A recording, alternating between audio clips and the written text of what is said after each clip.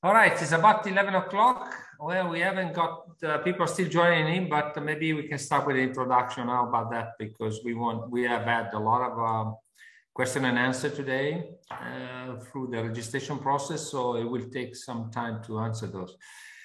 So good afternoon, good morning, good evening to our participants, wherever you guys are. Welcome to the GMI webinars, how to deal with minimum architectural constraints according to 61511, 61508.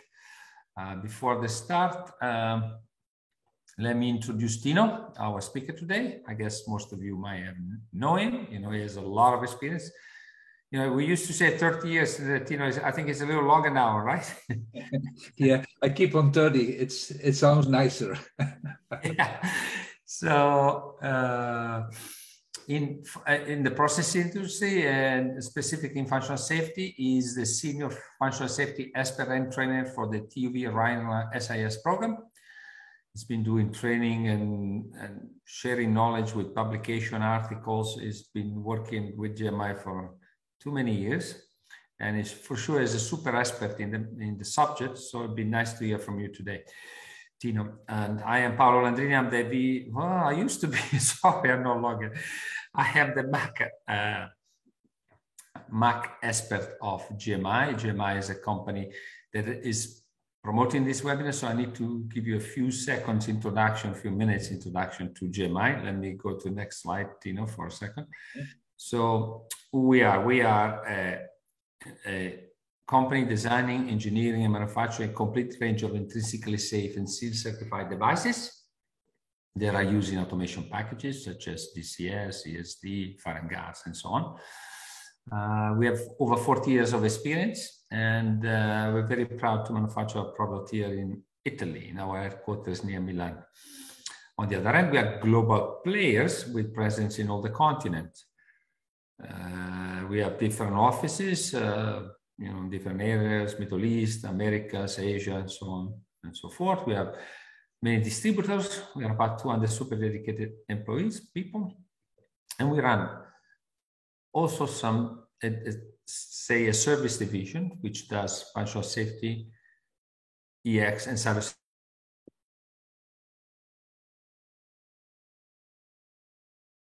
Oh, don't know what's happening. Security training, and the many next that you know is what do we do? You know, the mouse is going ding ding ding. Okay. What do we do? You have a different presentation that I. By the way, guys, you are supposed to see Mauro today, or not me, but Mauro is busy. I don't remember what's going on with him. I think he's traveling, so I took his place. So the presentation, you know, is a little different how he plays it. So state-of-the-art technology, you know, we make safety product. So we try to take special care in manufacturing them because we care about the environment and the people that work in the plants where our products are used in. So we use state-of-the-art technologies. We do 100% testing, traceability. We offer 5 years warranty through an highly automated state-of-the-art manufacturing facility. The product we manufacture are, it will be next. Okay. I believe, no, you see, we got it over. Certification, to standing behind our word is certification. So we have global certification by 15 independent agencies. We were looking at yesterday, we were doing some discussion internally, and we said how many inspections we have had in the last 10 years in GMI by different certification agencies. You will not imagine. You know, 125 inspection that, you know, to verify that we do things properly. Among the certification, we have SIL 3, SC3, so functional safety management. Of course, 9001, 45,000. Now we have also 18,000. We run a code of ethics, recent ROS and REACH compliance, and so on. Now, the next should be what we manufacture. Yes, IS barrier up to SIL 3 certification, safety relay, also SIL certified, SIL 2, SIL 3, with and without line monitoring. We do isolators, standard isolator, but also with SIL certification. Power supplies, SIL 3 certified power supply, and also EX certified power supply. We have a liner multiplexer, temperature, digital, heart multiplexer, surge protection devices. We also have termination boards that are designed to interface the most common system out there, you know, Yokogawa, Honeywell, Schneider, and so on. And of course, we run a functional safety and IS and cybersecurity division, service division. So next will be our customer, basically all the system vendors from, we mentioned there in alphabetical order from ABB to Yokogawa. Many EPCs, we have many OEMs which use our product within their equipment, their machines, compressor, skids, drilling rig, and so on and so forth. And of course, we are on the AVL of a lot of end users in the oil and gas, proving our reliability and strength. So I believe that is it for my part. Yes, it's you. Guys, before I let Tino commence, I remind you that there's only one way for you to talk with us, which is through the question and answer box. You can place some questions. We will try to answer them either throughout or at the end of the webinar, depending on how Tino sees it. Okay, Tino, it's all yours. I'm here listening and trying to answer your question. Thank you, Paolo, and thank you, GMI, for giving us another opportunity to make yet again another webinar. So my average is about one a month now for functional safety only, and I know that you do also one a month for other topics in GMI. So thank you for those who are joining. Another part of the housekeeping rule is that this webinar is being recorded. Every recorded session can be found on the YouTube channel from GMI. So if you go to the GMI YouTube channel, you can find all previous webinars. Plus also you will receive, as you have registered and as you are attending, you will receive also all the slides in a Acrobat PDF file sent to your email address. Okay, so today's topic is the minimum architectural constraint, which is known as the item called in the industry called HFT, which is also known as the hardware fault tolerance. Simply speaking, when you are building a safety loop, the question is how many danger failures can that safety loop tolerate and still execute your safety function and still achieve your safe position. So in other words, it's a kind of a measurement to explain by the standard both 61508 and 61511 what the architecture has to look like in able to achieve a certain SIL integrity level or a SIL level. And I show you here the life cycle. Not that I'm supposed to talk about the life cycle to you, but just to give you an idea, when GMI, in all the various products they have, and they have a range from SIL2 to SIL3, as Paolo was just saying, interfaces that will interface between your instrument and your control logic solver or your control system, and also interface between those systems and your final elements, or you will use one of the power supplies. Well, when GMI wants to develop a new, let's say, interface, and they want to prove to the outside world that they comply to the 61508, then for a SIL3, an independent assessment, that is where all the certification that Paolo was just mentioning has showed you, an independent assessment for SIL3 is a mandatory requirement for the 61508 life cycle. So somehow in here in the middle, in the heart, is the physical design and the integration of the physical system itself. And to give you an example, if GMI wants to build a SIL3 relay with a normally open contact, the standard will tell them they cannot use one single contact. They'll have to have a redundant means to shut down, which we also call a HFT or hardware fault tolerance. So the highest safety integrity level that can be claimed for a safety function will be limited to the safety integrity constraints as we express them in HFT, stands for hardware fault tolerance, which I already mentioned. How many danger failures can your subsystem or can your safety instrument system tolerate and still achieve safety? The HFT, as per the 61508, will have two potential solutions. either they will have the 1H road, as we call it, the 1H.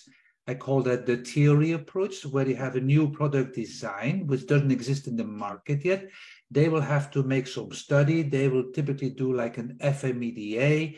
They will typically actually define what is safe, what is dangerous. They will then define those as a definition called FIT, stands for failure in time.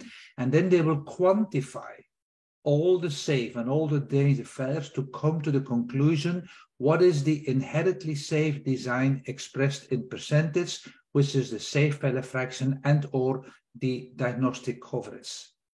The road to H will be known as the proven in use, providing that the manufacturer receive quality feedback failure data from the installed base, based on data collection, based on additional expert judgment. They can actually judge on road to H that that device is suitable to be used in a certain SIL integrity level. So the 61508 part 2, which is the hardware section of the standard of the edition 2, which was out in April 2010, will actually have those two roads described, which I already mentioned. So road 1H is based on the HFT and on the safe failure fraction. The safe failure fraction is the result out of some additional study they have done on that subsystem. We call that tables 2 and 3, which will be shown later on in the slides, which we call also type A and type B components. Like classically, a safety relay from GMI is classically a type A device, and that type A device through an FMEDA, if you look at the safety manual from GMI, you will actually see that how do they come to the conclusion that this subsystem is suitable or is reliable to be used into your SIL integrity level, let's say, loop. Road to H is based on quality component feedback. The question, of course, is will the end user be able to provide quality feedback? Because the problem is not so much on the side of the manufacturers, the problem is often on the side of the end users not collecting the correct data or not even having an interest to submit that data to the vendors. That's here the type A and type B, table 2 and table 3. So if you look here on the left column, you see here safe failure fraction in percentage, and I also added here diagnostic coverage. Because when you have a safety PLC, which is based on diagnostic coverage, with a diagnostic coverage of 99.9% something, which most of the vendors today have, that means that you have to look here in the bottom row, or in this bottom line over here.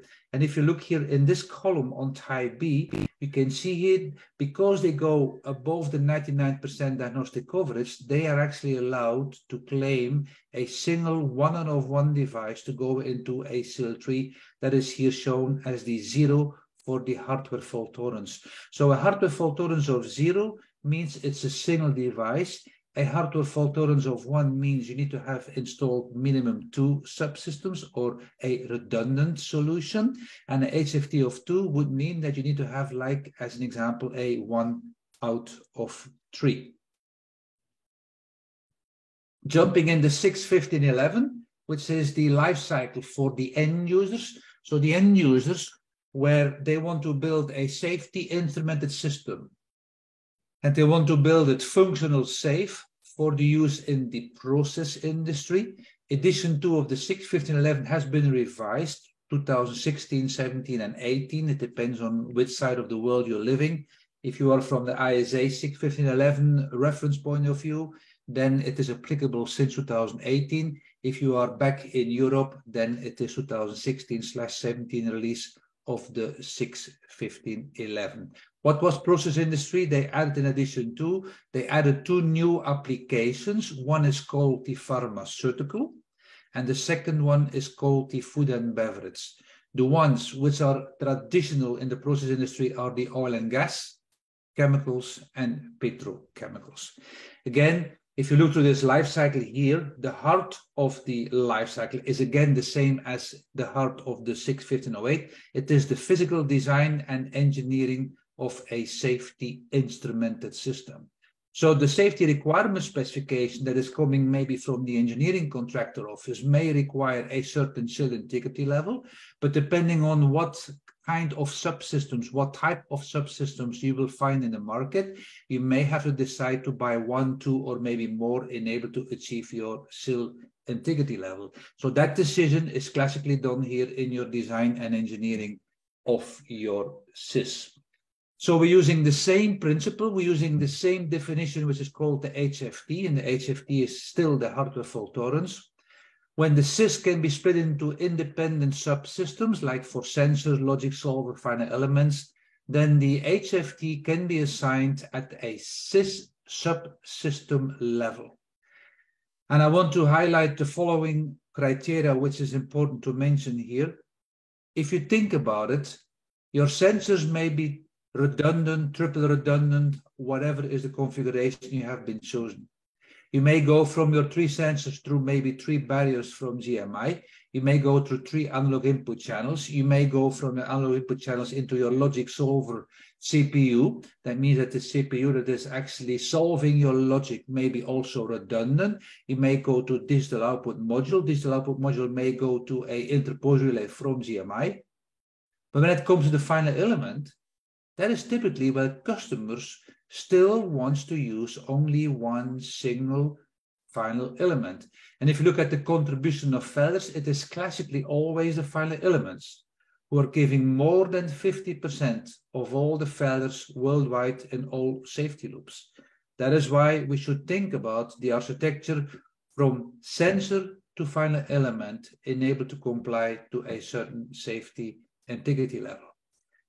The new edition 2, which came out in 2016, which was been amended 2017, so the right reference or the correct reference to mention here in this webinar for the European market will be the IEC, which is called the 2017 CDV.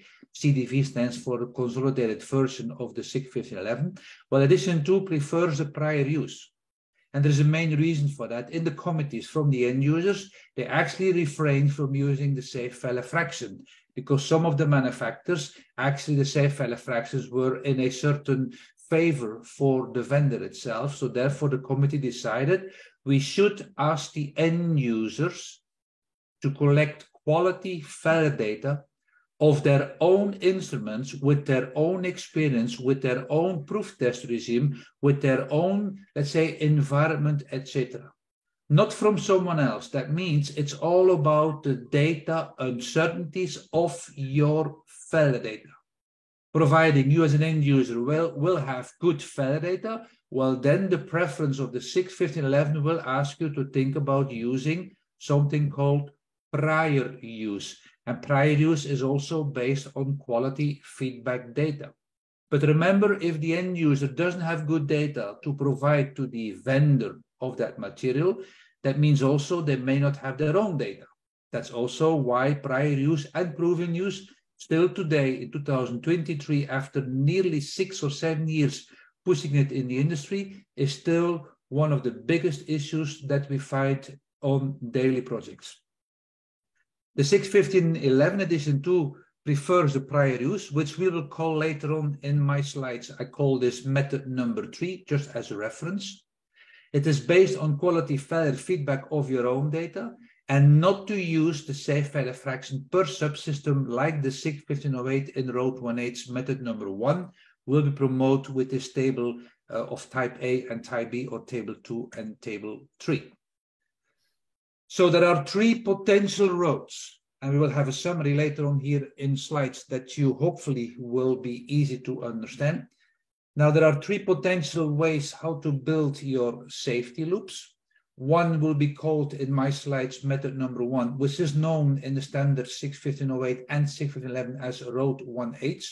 And RoadOneH originally is coming from the SIG 1508 from the manufacturers. That means if any new development of any new product needs to start, enable for the vendor to sell that into the industry, they will have to prove how reliable that system is.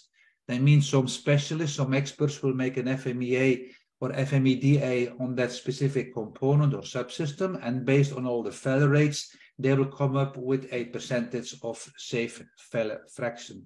And or they may build in some diagnostics coverage inside that device, like classically a CPU that is actually sending signals to a I/O bus will have some diagnostic coverage connected together with a watchdog timer, and will actually find out that the signal they send to the I/O bus is also the signal they find back in the field. As far as possible, they will have some feedback. That means they will have some intelligence as diagnostics with some intelligence by hardware signals as a feedback, and that is how they will decide it is safe to use that signal, yes or no. Method number 2, the middle one here, that's a kind of a mix where some vendors today, if you look at certification or let's say the assessment reports of some of the products will be based on Road to H. And even they have done Road to H, it is possible that the expert judgment from the accreditation office that vendor has used will make a mix between partially doing Road 1H, that means they do partially some FMEDA, potentially on some hardware. Potentially they may have done Road 2H data collection on firmware-based devices. They will combine both data and they will call this certificate then a Road 2H, which is known as proven in use. And the last one, method number 3, is quality failure feedback data from the end users themselves, from their own application, with their own experience, etc. And this is the preference of the edition 2 of the SIG 1511, which is called Road 2H. If you look back on the minimum HFT, which we already mentioned, 0, 1, and 2, well, actually, if you go into the new edition 2 of the SIG 1511, this was out since, it was initially out in February 2016. It has been revised and amended in August 2000 or September 2017.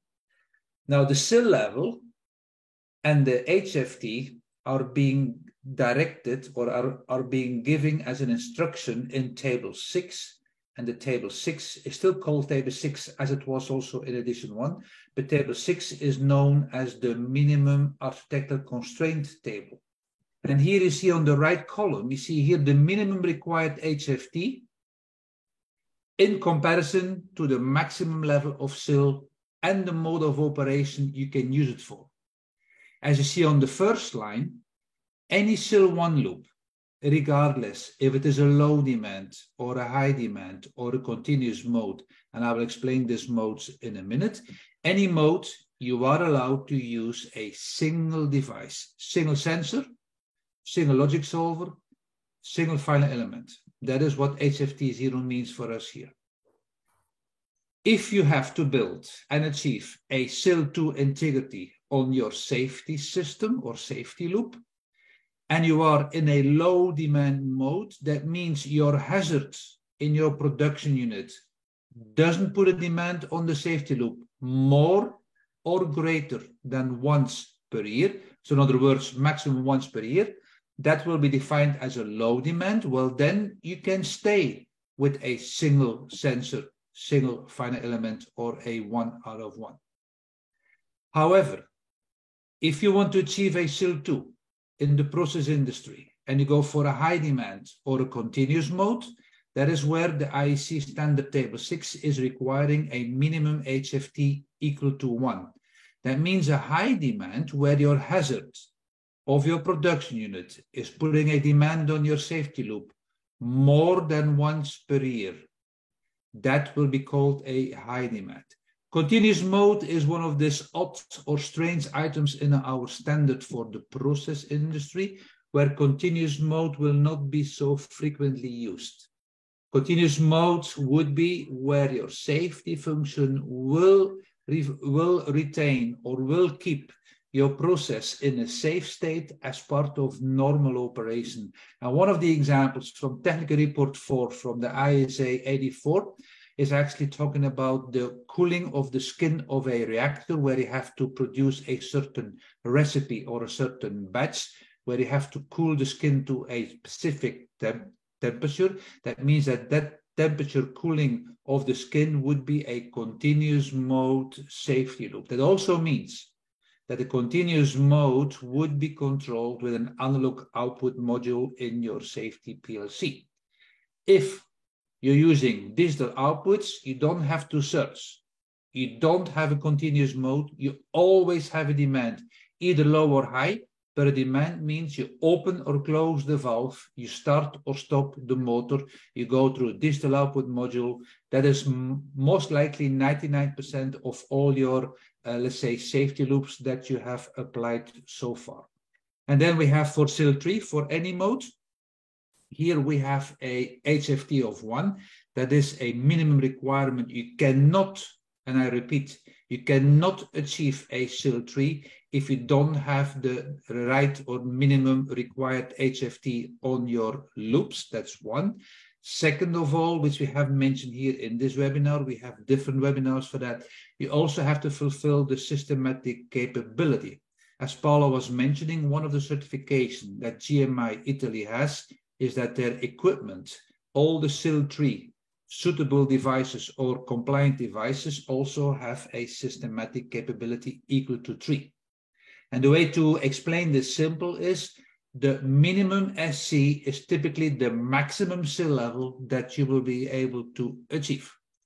They added SIL4 in there, which is very strange if you ask my opinion, but anyway, it's in the standard, although they actually advise the standard, do not use SIL4. So why they put it back into this table 6 is a kind of a miracle, I would call it, since the SIL4 was shown in table 6 of edition 1 as go back to the 61508. Somehow they mention now here for any mode, you have to install an HFT of 2. And again, for the process industry, we do not use SIL4. Right, Paolo, it's the first poll question. Yeah, we have a poll question for you guys, making sure you're listening in. So it's about architectural constraint as per 61511, 2016, so second edition. So one of these answers is correct.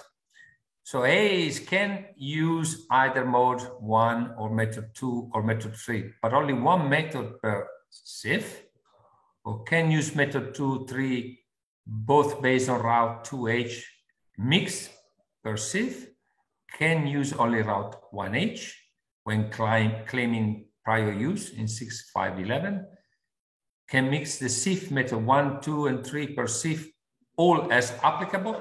Man, that's a tough one, but Tino, why you guys take a few moments to reply?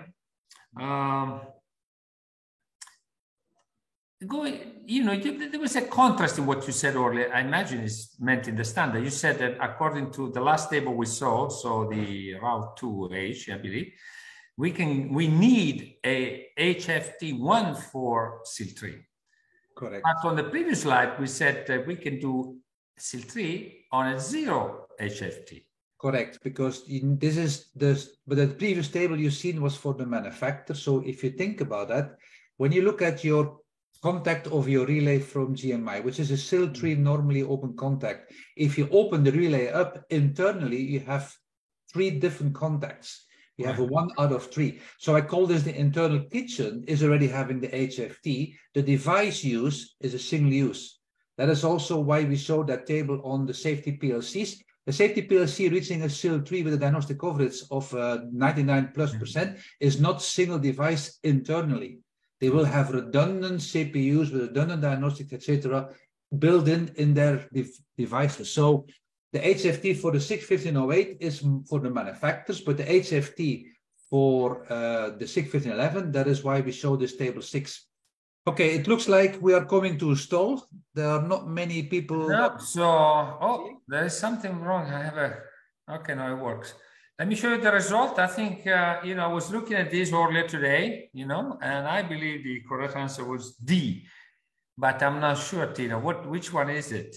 Well, here we have the people that chosen answer A or answer B, unfortunately, is not entirely correct because it is not possible, if you look at answer A, to use only one method. For a simple reason, you may not find all the subsystems on one single method. Majority of all the safety PLCs are classically route 1H, which is method number 1 in our example, but majority of all the final elements are typically route 2H, can be either proven or prior use. Now, can be used method 2 and 3, both based on route 2H mix per SIF, which is partially correct. However, as I said, Safety PLC in the middle will typically remain on row 1H. So the only correct answer we were looking for is the last one, is answer D. You can mix per sieve. I don't know, Paulo, if you shared the results or not. Yeah, I was sharing. Okay, well, I am actually sharing it now. Do you see it or not? Well, I don't know because I'm in the presenter mode. Anyway, I clicked on sharing, so the people should actually see it now. None of the people selected here answer D, can mix per sieve method 1, 2, 3 per sieve, all as applicable. That is, of course, the most correct and the most complete answer.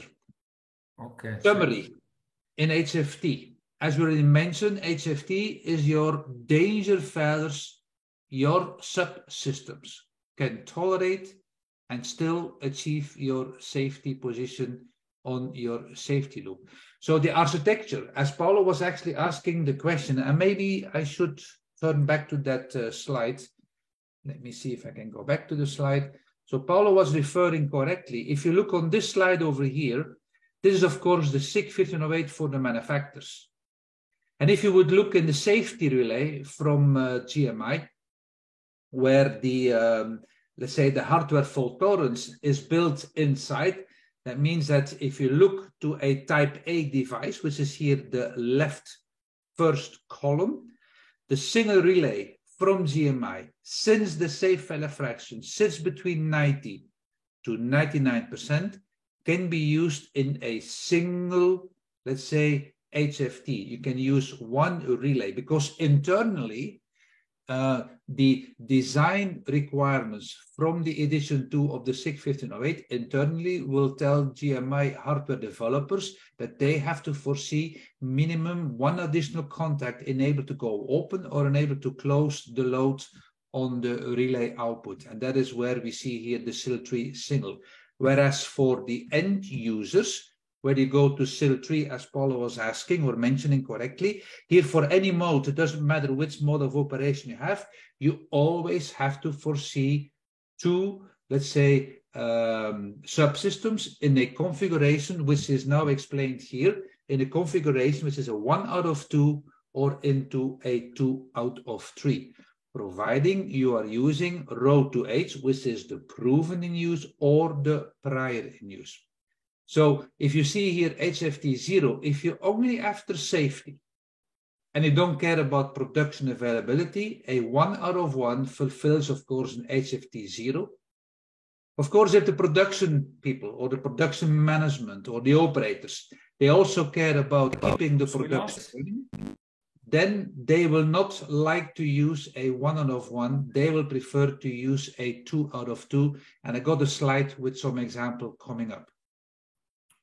HFT1, I'm pretty sure that if you look in your architecture of your, let's say, production unit today, and you look at your sensing elements, that means your transmitters, smart or hard transmitters, majority will use a 2 out of 3, knowing that they can both tolerate a danger failure, which is HFT1, plus they can also tolerate a spurious trip and keep the plant running, which is, of course, a benefit compared to this one, because one spurious trip here and you will lose your production, one spurious trip here and you will not lose your production because you still maintain until you get a second trip schedule into your configuration.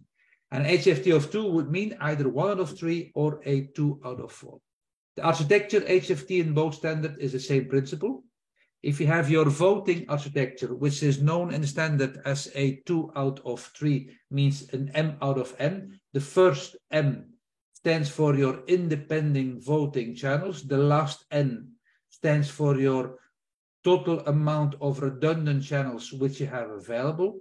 Well, we will express this in an M out of M, or as we showed here in example, 1 out of 2 or a 2 out of 3. I gave you 2 examples. The left-hand side is a reactor with the inlet stream to the reactor that we need to isolate, enable to keep our reactor safe. Example, for instance, there is an exothermic reaction or runaway happening inside your reactor. That's a chemical, let's say, reaction of maybe a wrong mix of a product. Well, then we have to isolate the inlet for not making it worse or maybe preventing that the reactor otherwise would potentially explode, as an example. Well, if I would use only one valve, only one shutdown valve, and assume the one valve would not work upon demand, well, then we cannot isolate. So we put a second valve. And that's a great story here for the safety people. Because the safety people know that if one valve doesn't work, maybe the other one is working. If both valves, of course, are failed to close principle, that means closing is safety. That means one out of the two valves I have to close and able to go to a safe position. Production people, they don't like that. Why not? Well, if one valve today is deciding to close for no reason, we call that spurious trip or nuisance trip, they lose production. So it's great for safety, it's a nightmare for production availability. The right-hand side is the same reactor, but now we're looking at the stream to drain the reactor content or to drain the product. So when the reactor content is quite expensive or it is quite important for your plant, you will not use one drain valve here, because if this one drain valve would start to leak, you will lose your content. So they put a second valve. Now both valves are of course fail open. That means open is your safety function achieving. You can drain your product. We call that a 2 out of 2. That's the worst nightmare for any safety engineer, because if one valve is stuck close, even when you open the other valve, you will never be able to drain. So it's great for production people to maintain their production. It's the worst nightmare for safety. So somehow we will have to combine a safety availability with a production availability. And that is why we had here the second column over here on the right-hand side. Here we are introducing in the last 2 out of 3 and 2 out of 4, we have an HFT dangerous of 1 or 2, plus we also have a potential spurious trip. That's one of the last major summary slides that you will see here in this webinar. And then, as Paolo was saying, we have collected some question and answers. That means that we will actually provide you some of the predefined questions that you did during the registration, where I prepared some answers. Summary on HFT. Which road do you now select? HFT on the left-hand side based on road 1H, which is here called in my slide method 1. And method 1 is purely for the manufacturers when they are designing or developing a new, let's say, system or a new subsystem. That means those experts in the development of hardware/software will actually have to look how quality the design is. So that means they will actually have to go by hardware means on an FMEA or an FMEDA. They will define and try to determine what is the safe failure fraction and or diagnostic coverage in percentage. They will also have to determine what is the rigorousness of design for hardware quality and software quality, which is known as a result in a systematic capability. And remember what I already mentioned, the minimum SC is your maximum SIL level. They have to determine if it was a type A or type B. Mandatory required as GMI on all the products have provide the end users with a safety manual. The safety manual is a normative mandatory requirement from the 61508. Certificate is not mandatory. It's only mandatory by 61508 to have an independent assessment for SIL 3. For SIL 1 and SIL 2, it's an independent person for SIL 1, independent department for SIL 2. But as GMI is selling worldwide, they're going to an external accreditation office to make a judgment on how reliable and how safe their products and interfaces are. That is why they will have, with all the products, they will have a certificate with some statements on, and they will also have a report that goes together with the certificate. Plus, GMI will give you in the safety manuals also always the PFDs or the PFH per subsystem. So if you look here on the column, the safe failure fraction is your deciding factor. The higher the safe failure fraction, the higher the SIL with one single device. The lower the safe failure fraction, the higher number of hardware fault tolerance you will find if you want to maintain the same highest SIL 3 level, as this column is here yellowed, SIL 3 going up to HFT of 2, when the safe failure fraction would drop below, or the diagnostic coverage would drop below 60%. That's a table here for the end users. That's table 6, which is based on row 2H, which is a preference, which is called the prior use. The end users are supposed to collect their failure data, and I say are supposed to collect because still many end users have not understood the message yet, but they have to collect their failure data of their own devices based on 2 guidance report 4 of the 84 committee, which should be here 2020. It's the newest edition out.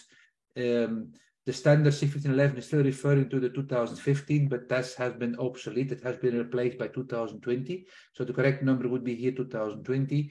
And then the other document they refer to is the NAMUR 130, the NE 130, which is a collection of failure data on your safety instrumented system.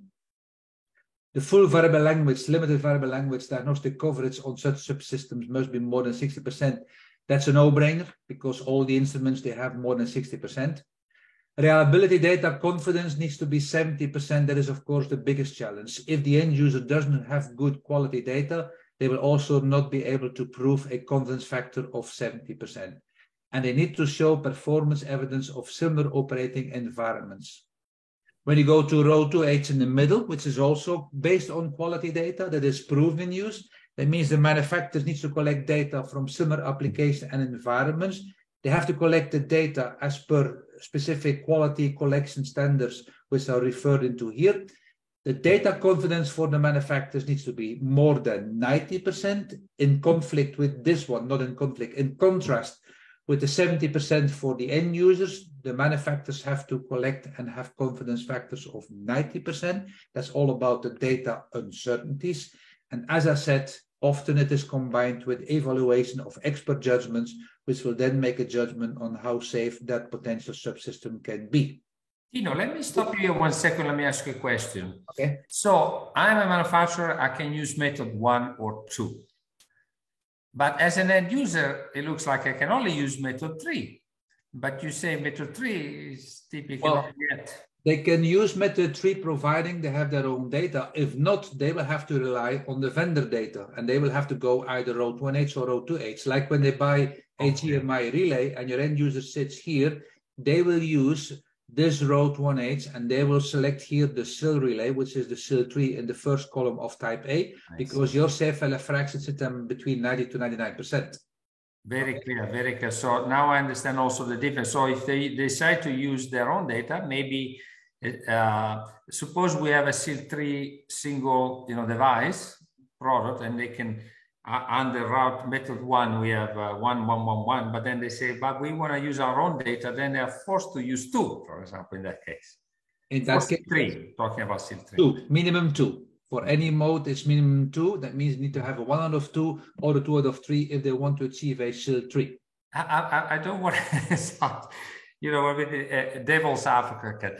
It sounds like using method 3, they are trying to be more restrictive because they know that the data collection, All the 1,000 clients we have been working with, I think we can count on one hand a customer who has method 3 applied correctly based on their own data, because the majority of end users don't keep their own data.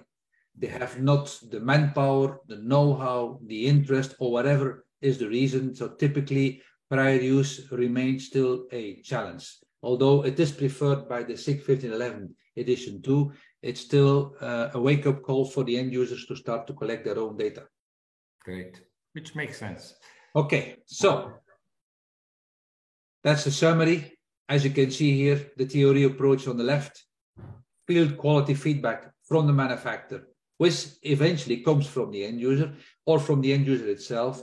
Well, the question is, who has quality fair feedback data? We have one of the last polls. Last poll. I move my, can I see if this works? Can you see it? So guys, we've been just talking about this. Only one answer is correct. Safety availability versus production availability. So safety versus availability. One of these statements is correct. 102 and 203 are the same for production availability. 102 is better for safety availability than 203. 203 provides both safety and production availability. 202 and 203 provide the same safety and production availability. Maybe. 202, 203, and 204, all architecture provide the maximum safety and production availability. Again, you post up questions, So it's a bit of a tricky question. You have to read it. Tricky. We have to spend some time understanding. I was also looking at this a little earlier, a few minutes before we start.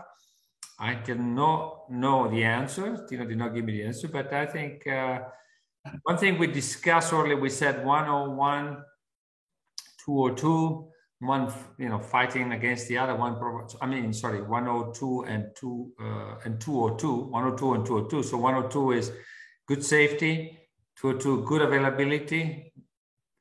There was one that fit in between, which was 203, correct? Mm-hmm.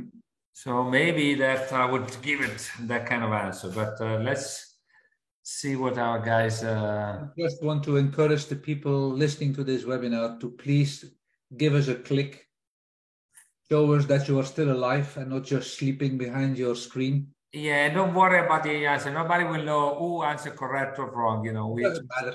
Just to get some feedback that we have some. So now it looks like they're starting to wake up, Paolo. My cry message. We have about 60% answers. Okay. All right. So, okay. Let's do like this. You can end it and you can share the results. All right. The results. So we have a mixed reply. Yeah. Well, unfortunately, the first answer A and B is again not correct, of course, because if you look at your answer A, 1 out of 2 and 2 out of 3, I'm just trying to move this here. Okay, 1 out of 2 and 2 out of 3 are the same for production availability. That's absolutely not correct, because 2 out of 3 is the only one that has production availability, and 1 out of 2 has 0 production availability. B, 1 out of 2 is better for safety availability than a 2 out of 3. Well, unfortunately, they are both the same. They both has an HFT of 1. That means 1 out of 2 and a 2 out of 3. Answer B, they both can tolerate only 1 hardware fault tolerance.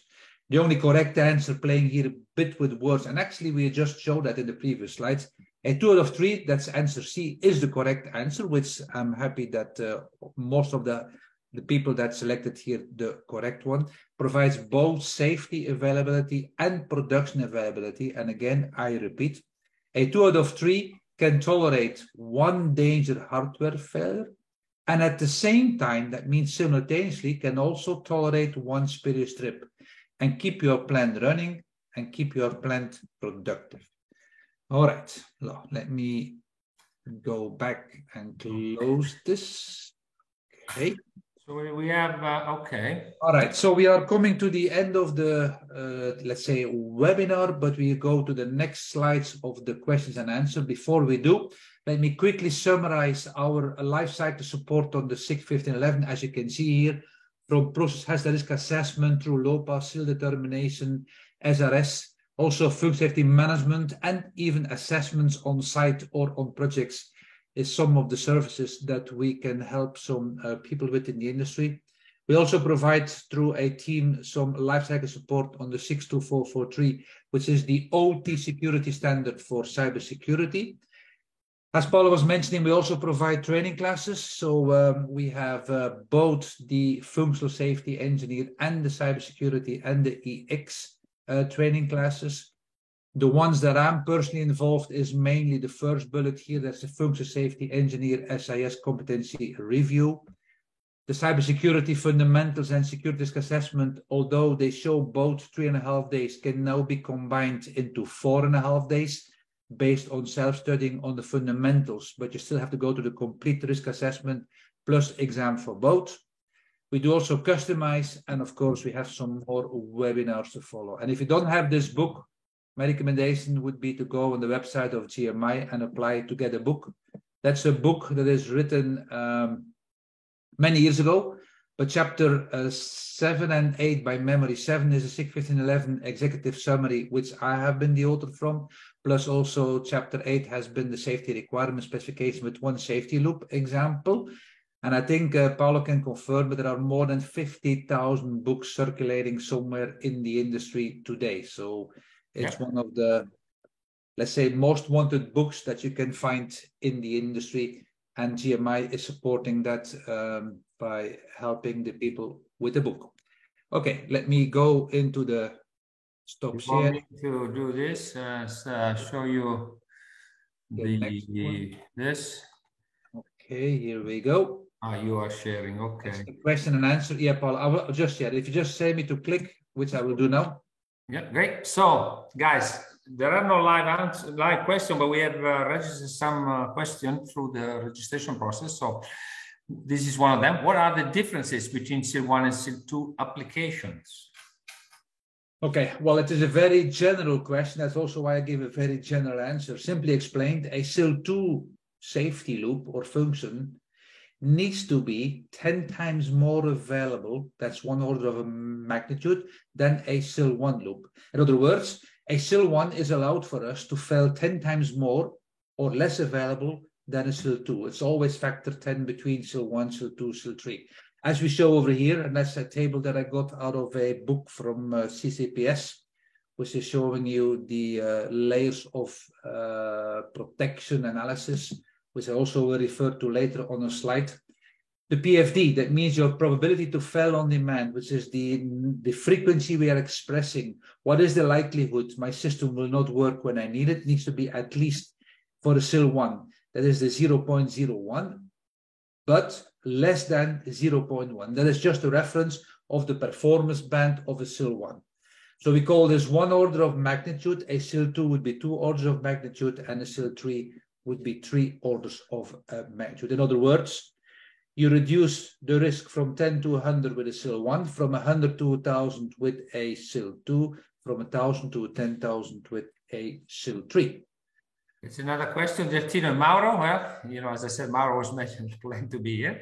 Could you mention a few attention points while implementing shared components? In example, valves to reach HFT1 in SIL 3 application, even if acceptable as per IEC 61511 section 11.2.10.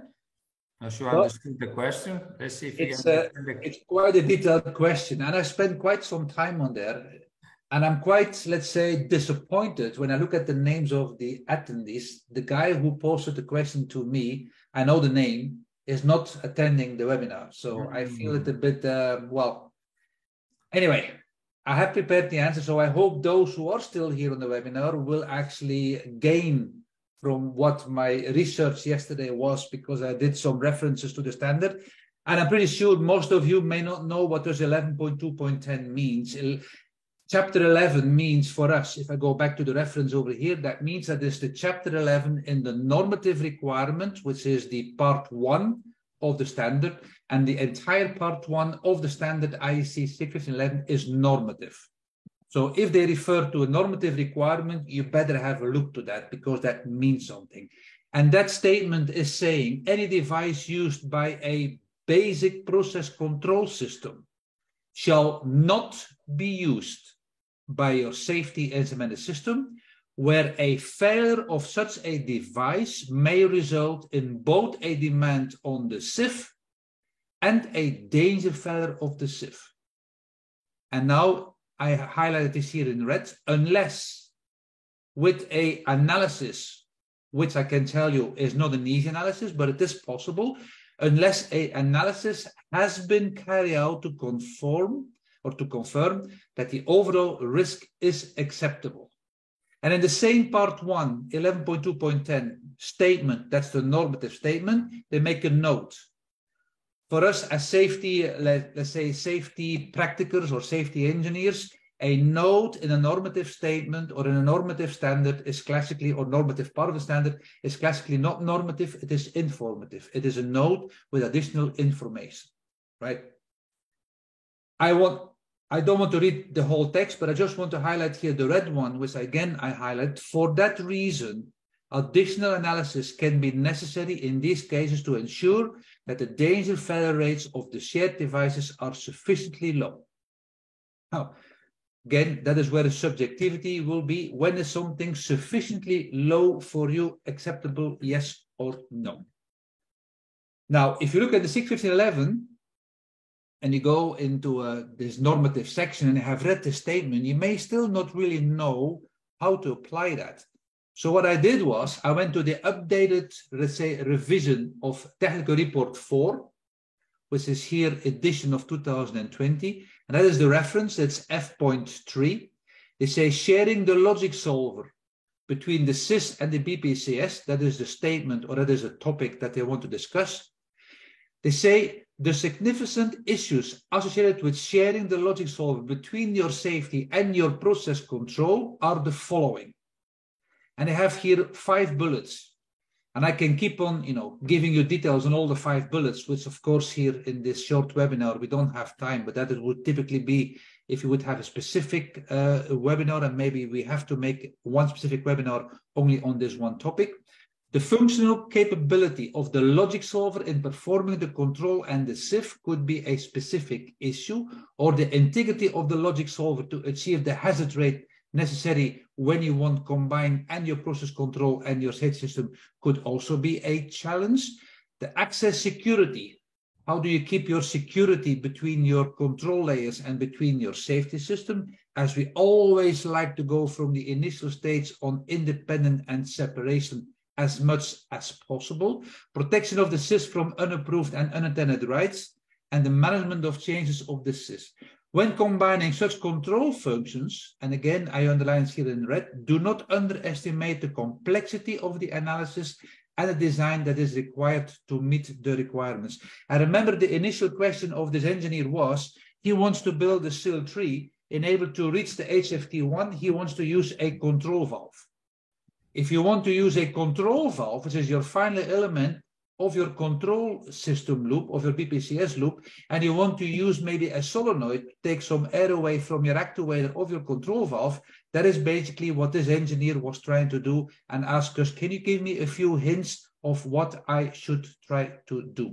If you go into F.5, sharing of field devices itself, well, here again, I did a summary specific on the valves because this engineer was asking me the valve. I will not go through the entire text, but that is what we'll be giving to you. And as a summary, my advice would be, do not do it, period. That is my shortest and also my honest advice. Of course, people are trying to do it because they want to save money. And when they want to achieve maybe SIL 3 and they have a requirement to go to HFT1, I would not use an unreliable device. The benefit, if you use a control, it has some benefits. If you use a control valve is always moving. It's classically not stuck for a long period like a shutdown valve. The disadvantage could be that maybe you will assume that this valve will move and will actually help you to achieve your hardware fault tolerance of 1, but there are many, many pitfalls that you can come across.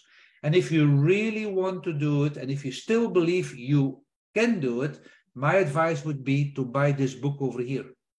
And that's from CCPS. I'm not making any marketing other than just giving you a reference, even with the international order number of the book itself. That's called The Initiating Events and the Independent Protection Layers in LOPA, or Layer of Protection. So, summary, additional risk reduction can be achieved using an existing field device. However, it should only be used when the hardware fault tolerance have been provided in according to your safety standard 61511. In this case, they mentioned this here, the ANSI ISA 61511, which is of course our IEC 61511 close 11.4. Because the BPCS sensor or valve is part of the initiating source, if that is the case, those devices have already the purpose for evaluating the fault tolerance and should therefore be excluded from any minimum achievement of hardware fault tolerance. The SIF therefore should have one or more devices that are separate from the initiating source depending on the SIL target. Okay, Paolo? Wow, that was quite an answer. Thank you, Tino, for the research. The webinar is registered and maybe, the person who's not here will be able to see it. What is the actual role of SFF when defining architectural constraints and the determination of HFT parameters? Well, that's an easy one, as we have just decided, we just discussed already in the webinar itself. The left column here, that's your safe failure fraction of diagnostic coverage. The role is very clearly the higher the number in percentage from both diagnostics or from safe failure fraction, well, the lower the HFT will be for a high SIL. Opposite, the lower the number, yeah, the higher the HFT for the same cell, as you can see, both on type A and on type B, which is table 2 and table 3. Again, as a summary, safe failure fraction is not used for row 2H. That means prior use or proven use have no safe failure fraction, which is also logically. An end user cannot decide what the safe failure fraction will be on a device that he's using for maybe many years. Yeah. He may have some failure data, some frequency, some PFDs that they can prove some confidence factors for, but they cannot, of course, make their own FMEDA. Potentially they cannot make it. Some customers could make it, but they typically will not make an FMEDA on their subsystem to say what is the inherently safe design that the manufacturer have applied on that system. Great. Right, Paolo? So we are right on time at the end of our webinar, 12 o'clock, just on time. So guys, maybe you can click one more time. Give us, Tino, your reviews. I started it, okay. There's a last poll. How did he do? You guys just tagging along here. Great. First time, Paolo. You know, we have no live questions. So after this poll, we will close. We thank you for joining us. You will get a copy of the slides and a link to our YouTube channel where to view again this webinar, which has been recorded. Okay, let me go like this. Okay, Paolo. Thank you. Thank you, guys. Thank you again. Thank you, Tino, for being with us. Okay. And we'll see you next time, guys.